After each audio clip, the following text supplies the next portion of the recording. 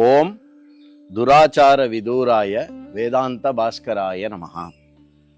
துராச்சாரி ந ஜானியாத் ஆத்மானம் நிருபாதிகம் நாசாந்த மனசாபி வேதாந்த பாஸ்கரஹ. துராச்சாரி மாணவः நிருபாதிகம் ஆத்மானம் ந ஜானியாத் அசாந்த மனசः சாதகः ச ந ஆத்மானம் வேத.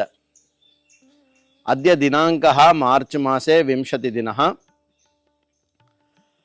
अद्य दिनस्य विषयः दुराचारी नात्मानं जानीयात्.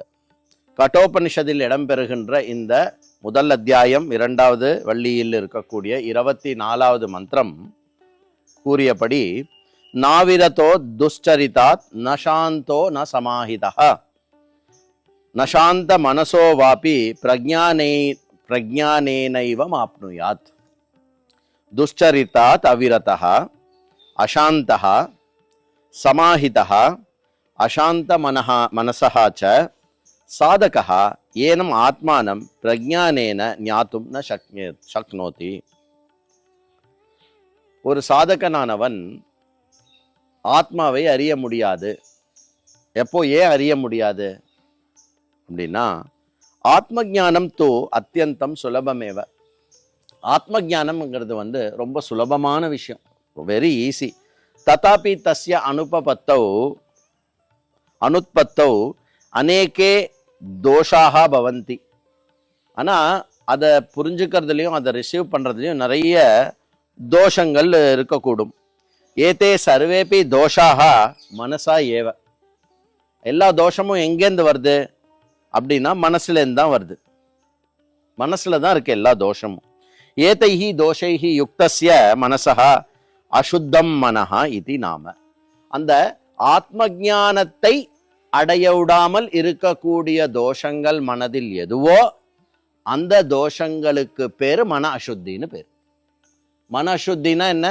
ஆத்ம ஞானம் எப்படி அறிய வேண்டுமோ அவ்வாறு அறிய விடாமல் மனதில் இருக்கக்கூடிய தோஷங்களுக்கு பேரு மன அசுத்தி ஆர் சித்த அசுத்தி என்று சொல்லப்படுகிறது. ஏதேபியः தோஷேபியः முக்தமேவ சுத்தம் மனः.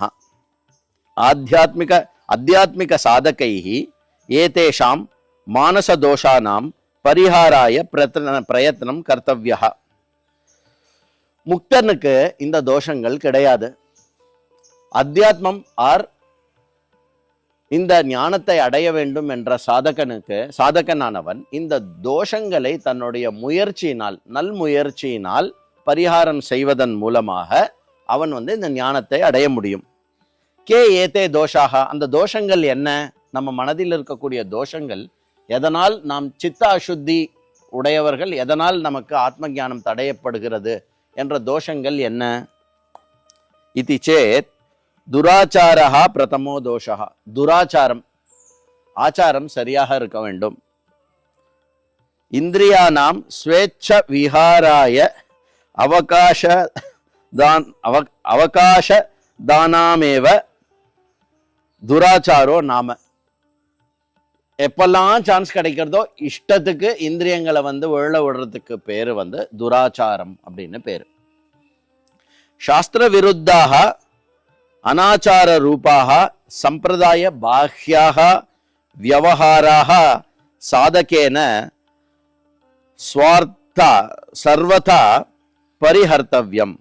சாஸ்திரத்துக்கு விருத்தமானது இருக்கக்கூடிய, நம்மளுடைய பண்டைய காலத்தில் இருக்கக்கூடிய ஒரு ஆச்சாரத்துக்கு விரோதமானது, சம்பிரதாயத்துக்கு வெளியே இருக்கக்கூடியது, இவ்வாறான விஷயங்களை ஒரு சாதகன் அறவே தவிர்க்க வேண்டும்.